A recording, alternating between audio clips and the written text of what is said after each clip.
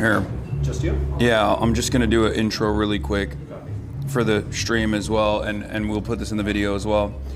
Today we're gonna be meeting with Effie Philips-Stanley. She's a candidate for New York 17. It's a D+1 district, and that is, wait, I'm gonna do that again. Today we're meeting Effie Philips-Stanley, candidate for New York 17. It's a D+1 district, but it's currently occupied by a right-wing shithead by the name of Mike Lawler, who's a Republican, AIPAC stooge, pretty much an overall villain. Effie Philips-Stanley is a progressive Democrat running for Congress in New York 17th District, a critical battleground seat that could help flip the House. Effie is a Tarrytown Village trustee. I'm going to ask her about what that means. She spent her career fighting for education, immigrant justice, affordable housing, and working families across the Hudson Valley. She's running against a number of centrist Democrats for a seat that is currently held by Mike Lawler. She's a champion of human rights, which led her on a recent fact-finding trip to the West Bank. Now she is facing an uphill battle against big money from corporations, corporate PACs, and of course AIPAC, to win one of the most hotly contested seats in the country. It's a good intro. It is a nice intro. Yeah. But yeah, she went to the West Bank, so I want to ask her about her trip, her journey. I just, it's interesting that we have like a lot more candidates that do stuff like that now. And then people still refuse to recognize that some things have changed in pretty spectacular fashion. I mean, this is like the third rail. Hi. They're here. Hi, nice to meet you. I think we swapped the seats. I'll sit on the uncomfortable chair, and we'll put you in the comfortable one. And then Noah, can you give your let me take it off. Microphone to you? Yeah, sure. Hey, how are you? I'm John. What's going on? Nice to meet you. Hassan, nice to meet you. Hassan, nice to meet you. Hell yeah. Big fans, I want to come along. Yeah. All right. Yeah. What's up, Chad? I'm sorry it took us so long to get just in time. Oh no, it's so It's good. insane. That's crazy. So right here. Like here? Yeah, you see it. Yeah. All right. We're live already, by the way. Oh, are we? Okay. Yeah, we're always live. Okay, sounds good. All right, no problem. All right, let me put my stuff here. All right. Is it okay if I put my stuff somewhere? Is it? Absolutely, we can hold it in the back. Everybody say bye, Noah. Thank you. Thanks. I'll catch you. All right. Peace, Brody. All right. Thank you. Thanks. Let's do it right here, right? We can. This is not uncomfortable, right? No, this what is what great. does the framing look like? Does the frame look good? Yeah. Because I don't. I'm gonna put this down here. Oh, that'd be great. Thanks. I'll take this off too. Okay.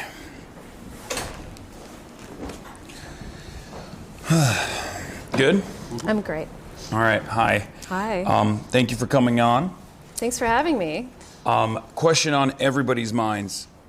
Where is Tarrytown, and what does it mean to be a trustee of Tarrytown? Got it. Everybody's minds. So Tarrytown is just north of New York City. Mm-hmm. It's about, on an express train, it's like 35 minutes. But it's a village. That's like the smallest municipality in New York. Village, town, city goes up. Mm-hmm. And yeah. So it's a village, not even a town. So yeah, but So the name is a lie. I never thought of that. It's Terry and Village. you were right. It is Terry Village. This is the okay. village of Tarrytown. As a trustee, why have you not changed it to Terry Village? I'm going to get on that. I'm going to Okay. take it to the next working session, and we're going to see what happens. Mm-hmm. But yeah, so it's essentially like being on the city council. Okay. So yeah, there's 7 of us, including a mayor. That's cool. You're running for New York 17. That's right. It's a D+1 district. Mm-hmm. Unfortunately, it's currently occupied by one of the most annoying villains in New York politics, Villain is the word. Mike Lawler. That's right. You're running up against a bunch of centrist Democrats. But before we talk about the primary, why are you running against Mike Lawler? He seems like such a nice guy. Well, it's running against Mike Lawler, but it's also sort of running against the establishment. We know Mike Lawler has to go. We know he's a liar. We know he only cares about his own power, and he doesn't care about being a public servant. So the guy has to go. But I decided to run. Well, first I was asked to run. I was asked to run by local Hispanic activists after Trump won the second time, because we knew how bad it was the first time. And because I was a local elected, we were talking about what we could do to protect people, to make things better, and they said you should run for Congress. And I thought, okay, that wasn't the first thing that came to mind in this moment, but the challenge with the Democratic Party is that they do a really terrible job of taking care of the people that should be in their base. And I say that because Hispanics make up, and I'm speaking about Hispanics because my mom is an immigrant from El Salvador, right? Yeah. This is something that's been important to me, obviously, for a long time. But they make up 25% of the village that I live in, something like 25 to 30% of the district. And yet the Democratic Party never does canvassing, never reaches out, doesn't pay attention to communities, and it's because there's a perception that these communities don't vote. Yeah. So when I was asked to run, that was one of the first things that I thought about. I thought, are these other candidates and is the Democratic Party going to do the work of going into communities, earning trust, and developing the policies that need to happen and turning out the vote? And the answer is no, because they're too busy trying to figure out how to convert moderate Republicans. Yeah. And to me, that is a structural barrier. It's a massive problem. And that's why I decided to run. And going back to Mike Lawler, of all of the candidates in this race right now, he's the only one who gets it. He's like the only one who turns up in Hispanic communities and tries to sway them over, despite failing on the policy level for pretty much any working people at all. So that's what got me in there. Yeah. Do you feel like Mike Lawler looks a lot like J.D. Vance? Or is that just me? Because I feel like he has there's a thing with the way these guys look where they look like they have guy liner on. Guy liner. And I don't know, do you agree with that? I try not to look at Mike Lawler. I agree. That's probably why he can't turn out the Hispanic vote, because they're like, oh, get away. Right. If only. I'm no longer. I'm now demonstrating voter apathy. But they say when he shows up at their doorstep. When he shows up at their doorstep, he calls himself Miguelito. He tries to be relatable in Wait, that is way. he Hispanic too? No. Oh, okay. I didn't. You never know. It would be. It's true. You never know. One never knows by how a person looks. But I don't know. Do I think he has guy liner? No, I've seen him up close. He doesn't. No, I don't think J.D. Vance does it either. They just have that shadowy, they have that natural eyeshadow that comes from being an evil Republican. I try to imagine them without their beards, actually. Not too much, because I don't want to think about them that much, but yeah. I think they would probably look. Well, J.D. used to rock the no beard look. He rocks it now. So I was going to ask you about your background and how it actually factors into some of your policies. Sure. Specifically on the immigration agenda. Obviously, the Trump administration has really accelerated their white nativist anti-immigrant agenda. They are black bagging our neighbors, basically. Right. This is an unaccountable force. How do you feel about that as someone from this background, someone in a community, someone that represents a community with a lot of immigrants in it? And what are your policy suggestions? Got it.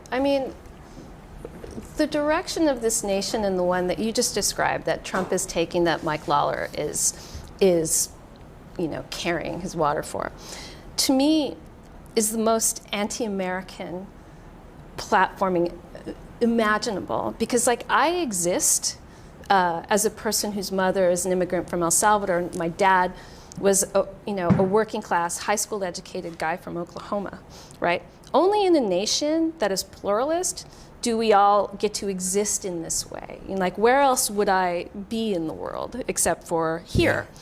And to try to frame our nation as something that is anything other than that is anything other than a nation of immigrants who came here for better or worse, in good ways and bad ways, that is the defining condition, and anything of this supremacy nonsense is just a lie, and it always, I mean, it exists as a power structure, but it's always been wrong. Yeah. Right? So, I mean... The attitude was different too, like not that long ago when you think about, I mean, Ronald Reagan is the devil, but when it came to offering amnesty to a lot of immigrants, and also on top of that, the way he communicated about what it means to be American. Like you can be from anywhere around the world. This is the only country where you get here, you live here, you work here, you can say you're an American. Yes. It's unlike any other country. And it was like a part of the exceptional nature, I guess, of America in some ways. One of the defining characteristics is the thing that I think is very redeemable about America.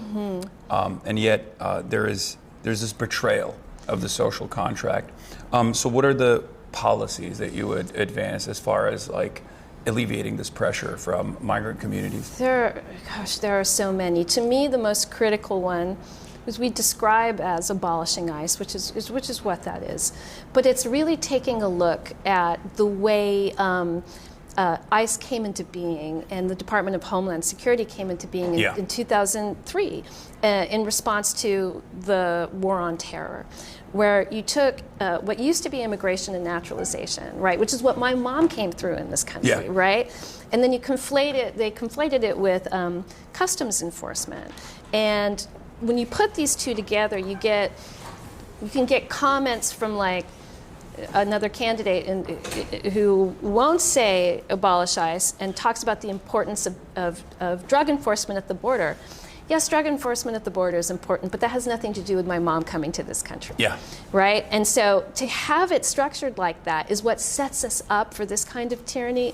And that's what we have to do. So much of what we have to do when we take back Congress and we take control of the U.S. government is to sort of look at the infrastructure that we have and figure out how to make sure that it is set up to be equitable.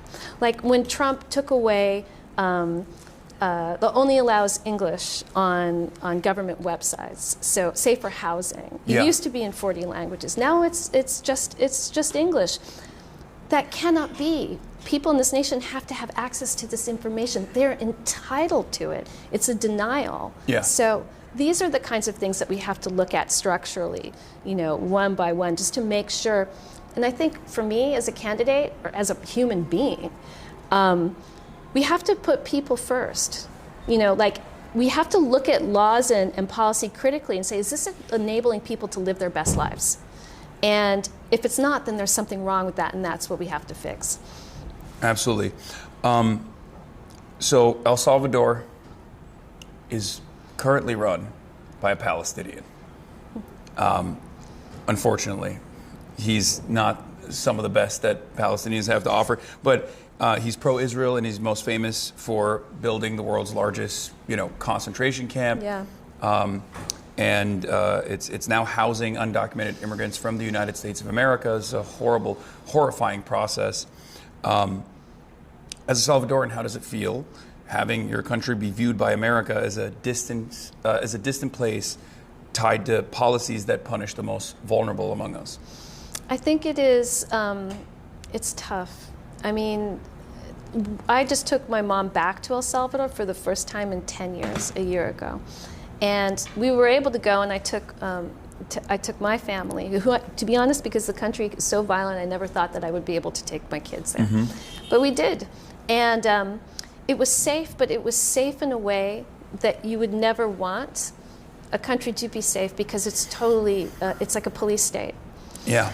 And that they suspended, although I will say I heard from many people, and Salvadorans are the kindest people, and it is the most lovely country. But people said that, the Mara, the time of the gangs, was worse than the Civil War. So they kind of accept the conditions that they're in because of the level of violence there. But it is, and to be plain, that El Salvador has always dealt with dictators. But to have the safeguards to prevent dictatorship removed, so Bukele can continue. to have this, to suspend due process Yeah. in a place where due process was already kind of tenuous, but Dragnets. to suspend it and then have CCOT, the prison. I mean, this is what really gets me. Like, this is not the model for how any country should be, and it certainly isn't the model for how the United States should be, or what the United States should be involved with. Yeah. But to have Republicans go to CCOT, tour it, and act like this is some wonderful thing, maybe we should try it, and then set up this kind of awful deportation into this horrendous prison, this is disintegrating our democracy. El Salvador should not be the model for our democracy. Yeah. It's got to be the other way around. Yeah. And so... Well, our prison conditions aren't so great either, to be fair. This is true. That's This why is there's... true. Well, I think El Salvador is one of the only places where you could actually, and lawyers have done this, successfully deny prisoner transfer to on the conditions that it is so inhumane that judges will actually literally straight up deny a migrant that has actually been convicted of a crime to go and be sent to CCOT. And yet we're sending people who have done no crimes to CCOT right now, just simply under the suspicion that they might be illegal, with ridiculous conditions like the tattoos that they have, things that don't actually normally would fit that profile at all. But one of the other questions I had for you is that you recently went to the West Bank. That's right. And it was a couple months ago. You went to the city of Hebron. Yes. And you met with Palestinian farmers to learn more about Israel's occupation of the Yep. land. You described the genocide of Palestinians as the Vietnam of the younger generation. Yeah. What did you witness firsthand, and how do you think that translates to implementing policies back here at home? So what I witnessed is what many of us have read about, have heard about, have seen in the news. But what I witnessed was speaking to people firsthand about the direct impact and seeing the direct impact. And I have to say, it is appalling that our tax dollars go to support this kind of, it's a terror, like these people are living in terror. We visited a family in a town called Susia, and it had a settlement pop up on one side, and they found an archaeological site on the other, and this is the justification that they use to sort of squeeze out the people off the land that they've been on forever. Mm-hmm. And I'll say this, like, when we were sitting in his home, he was so kind, you know, his whole family was there, you know, every age, like a beautiful family. And he had all these awards and things on the wall. Like, one of them was like, graduate students from Harvard visited at this time. And so you see evidence of people from around the world going to bear witness, and yet nothing changes. And at that time, his fields had just been sprayed with poison from a drone that was sent over from the settlement. You know, as we were leaving, the settler who was, I mean, sort of the main agent of the terror that he was experiencing, was just on a horse on the perimeter, just watching, you know. And then after we left, I mean, I think we got back on the 10th of February. Since then, 4 homes have been burnt down, and 1 person has been shot in that settlement. And so what he said to us was essentially that the only thing that could stop this is pressure from the United States. And it felt so terrible to look at him and think of how much time it's going to take to turn the gear so that the United States can do the moral thing and actually apply that pressure. And is he going to be alive? And this is the most shameful thing about it, that too many people are playing politics, like trying to think, how do I walk the line so that I don't upset anybody about saying one thing or another? No, it's an apartheid state. It's a state that allows these conditions, right? And if we believe in universal human rights, then we have to do something. We have to actually develop the policies to change this. And I believe we can't have universal human rights anywhere unless they're everywhere, right? And so this is the guiding principle, I suppose, of why I'm running. because I see, and it's what I've always done. I've always worked in the nonprofit sector. I've always worked around social justice. And if we don't use our nation and its immense power for things that enable people to live their best lives, then what are we doing? This is, I guess, my position. And yet, when you came back, and you were also pelted by settlers, from what I understand, That's they right. threw eggs at you and your guide while you were there, and you came back, and the response from some of the Democrats who had initially supported you for ballot access was that they withdrew their support. Was that shocking?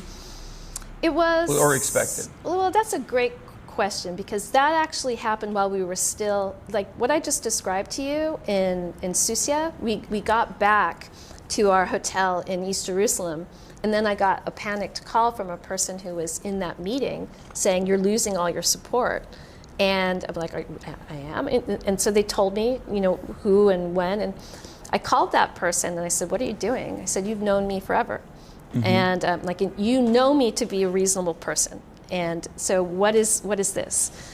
And he had been on the AIPAC tours, and he said that that what I was doing was undermining Israel's ability to create coexistence. Coexistence as he saw within schools in Jerusalem that have Israelis, Arabs and Israeli Jews in school together. I think maybe there are 4 of those schools. But what I said to him, and it was because the word apartheid was used in one of my posts, not by me actually, but by another person, and I agreed with it. That's what did it. That's what made the room change. And I said to him, I'm like, look, I mean, this is what I saw. Like, I saw it with my eyes. Yeah. And and I said, if you were here, if you actually went to the West Bank, you would see it too, because it's undeniable. It's undeniable. So I don't know if it's willful ignorance or it could be many things, but I would like to think that if more Americans really understood the conditions and saw them in this way, and if more elected officials, I went on a tour that was called Extend. And Extend was created 15 years ago as an extension to Birthright tours. It was created by Israeli peace activists to show the other side of it. And we were led by Israeli peace activists that were former IDF. They're the ones who took us. Breaking the Silence? Breaking the Silence. Yeah. It was with Yehuda Shul from Breaking the Silence. Yeah. That we were walking together, and that's when the eggs came flying at us from settlers who had an IDF soldier standing next to them as they were pelting us with eggs. Anyway, so yeah, I'd like to think, at least, and I believe that we're seeing it in the polls, that if people understand the level of the human rights violations, that they would not want our country to be funding this. I think people are there already. I mean, 67% of Democrats already agree that Israel is committing a genocide. It's almost become a 90-10 issue as far as conditioning all aid to Israel, or even denying aid to Israel until they stop. And yet, there are a lot of party officials with even presidential aspirations that refuse to communicate on this matter clearly. There are some people that very clearly want to run for president that also have used that word, apartheid, which is the truth, right? And it's something that virtually every human rights organization recognized in 2021, as a matter of fact, not even recently. And then they had to back away from that position and said, oh, well, I think it's getting there, potentially. It was a very cowardly attitude, in my opinion. However, this is definitely the majority position. You have talked about, and you also mentioned it in this interview as well, you said it with Prem Talker too, you said human rights don't matter anywhere if they don't matter in Palestine. That's right. Do you agree that this is a decent litmus test for Democrats in general? Yeah, 100%. And it's not just me. I mean, I came to this. When I first started running, the advice that I got from the establishment was never to talk about this issue. Of course. That was the first thing. And I was like, okay, never talk about this issue, or we can't take back the House. This is the framing. And then you start talking to people, start talking to constituents, and they're like, I don't want to talk to you unless you tell me what you think of this. Yeah. Every single time. That these are there are three issues that come up the most. Well, I'll say two.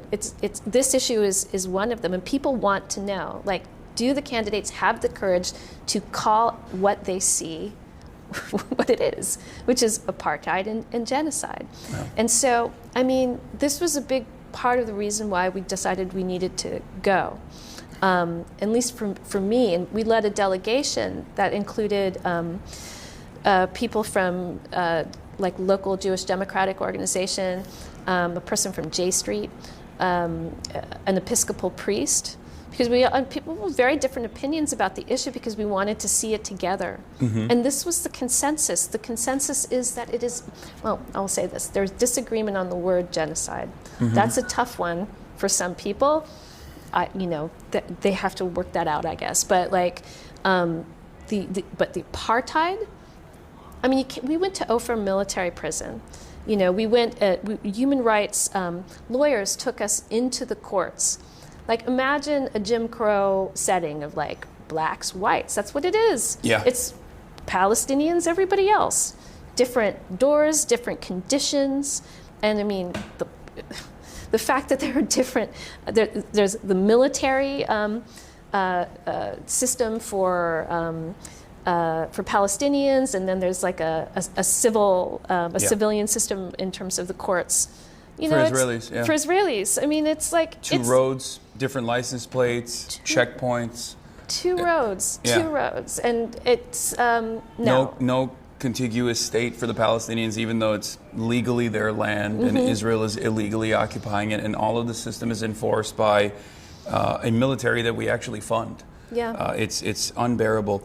I want to get back to your district, and this might be somewhat of a tough question, but around 12% of your district is Jewish. Mm-hmm. And when you got back from your trip, how did you communicate? Is this, because one of the things that people immediately, in my opinion, falsely associate American Jews with is like unconditional support to the state mm-hmm. of Israel. Do you feel like that's reflective in your constituency at all, or do you feel like it's more mixed? It's entirely mixed. Yeah. The majority of people who have brought this to my attention, I mean, maybe not the majority, but certainly a strong number have been Jews. Mm-hmm. I get the most encouragement from lots of people, but a lot of encouragement from Jews who really challenged me, especially in the beginning, to be brave and to just say it like it is, say it like you see it. And so there are some communities that certainly don't like the positions that we take, that take issue with me calling out AIPAC. Even Democrats, it's not great, but there are just as many or more who say, no, we know this is wrong, keep going. Yeah. So, yeah. Here's one angle that I always find interesting. So Mike Lawler, the Republican that hopefully you'll be facing off in the general, is funded by AIPAC. Mm-hmm. And the mainstream Democratic Party candidate who's leading in the early polls is Kate Conley. Mm-hmm. And she was endorsed by the Democratic Majority for Israel, That's which right. is an AIPAC subsidiary pretty much. Mm-hmm.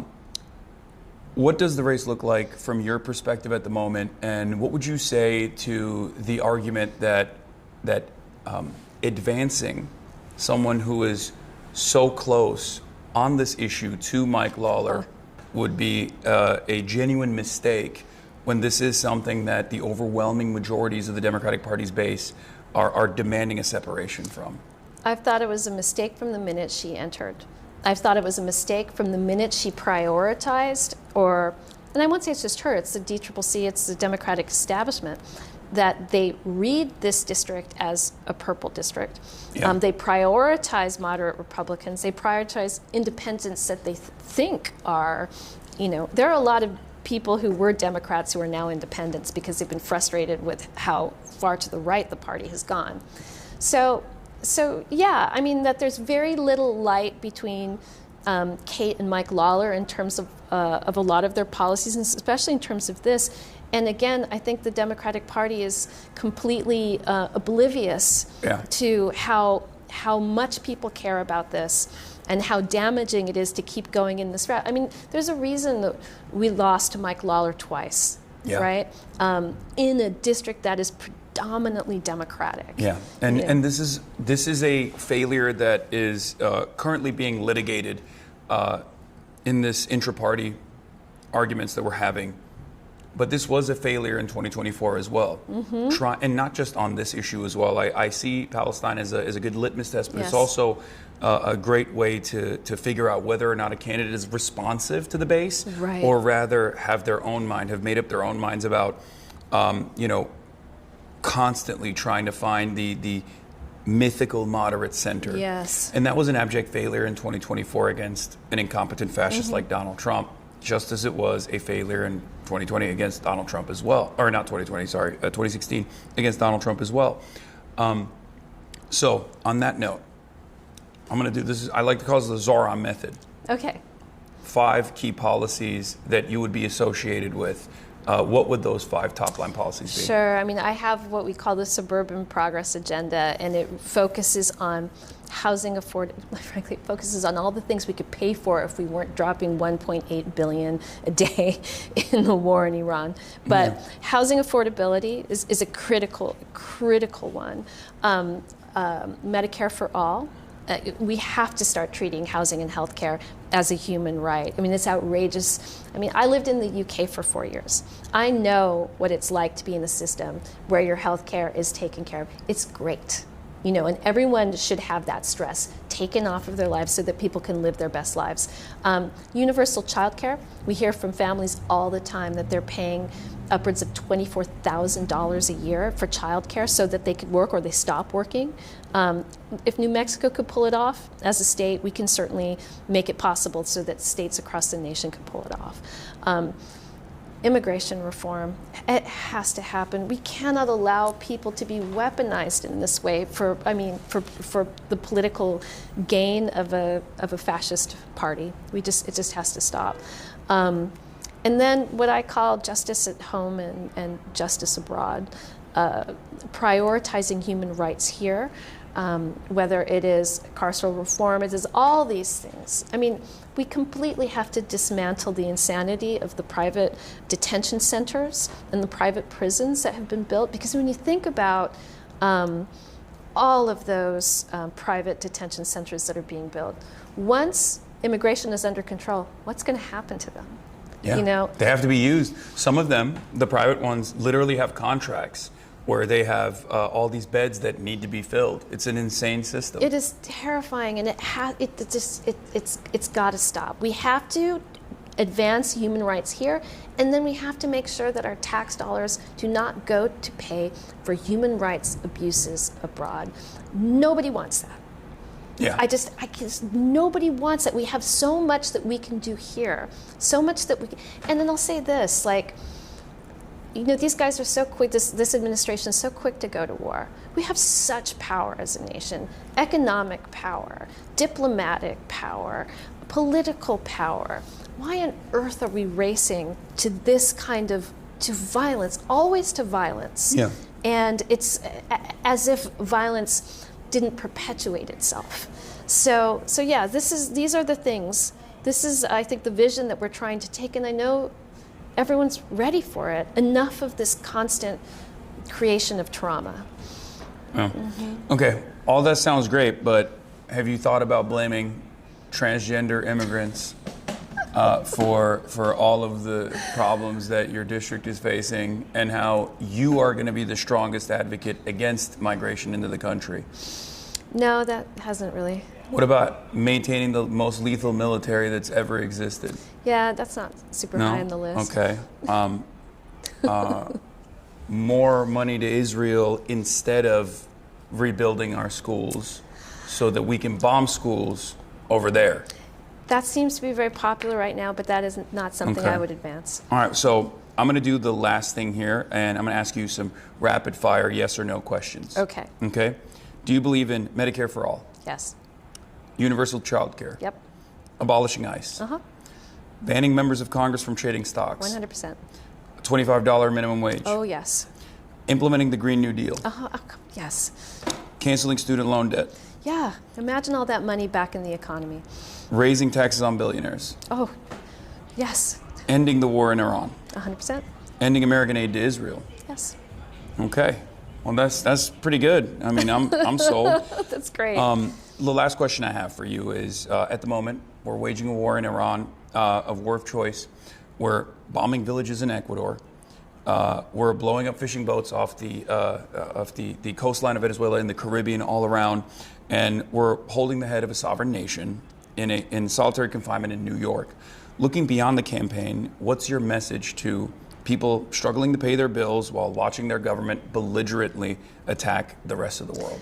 Look, I mean, if we prioritize people and their ability to live their best lives, and a government that actually works to make that happen, that's what we're trying to bring so that we don't see all of this. We should not be living hand to mouth, unable to pay rents that are skyrocketing because we don't have enough housing.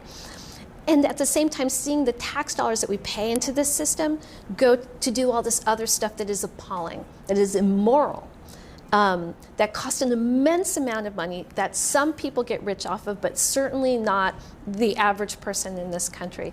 This is what we have to stop. If we prioritize people and their lives, and then use our tax dollars to ensure that we could all live our best lives, just imagine what our country could be, what it would be capable of. Yeah. You know, so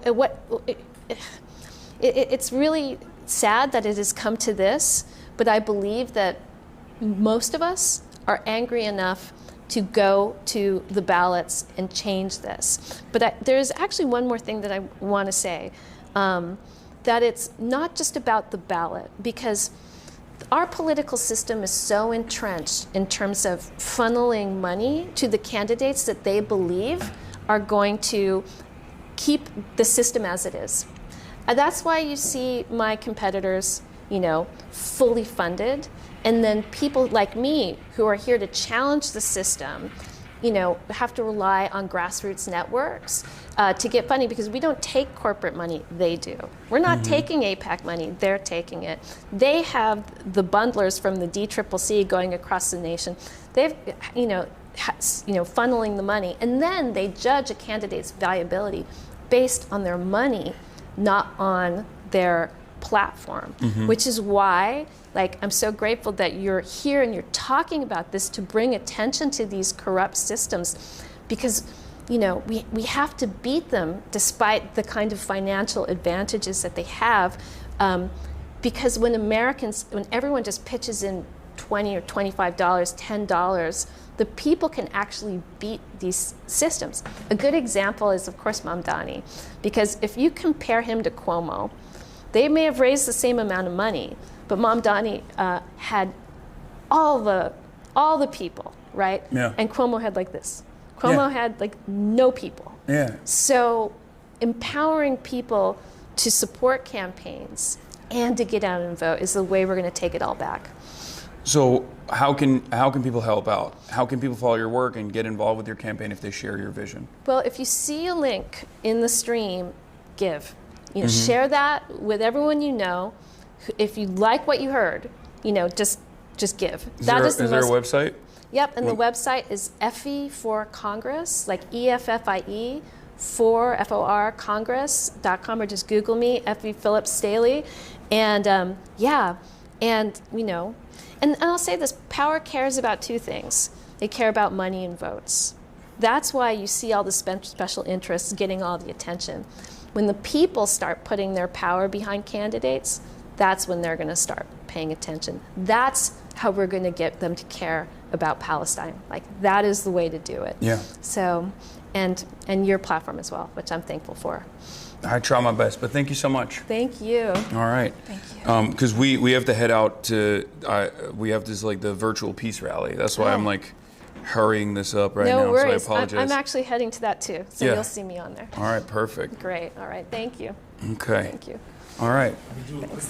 Yeah, let's do it.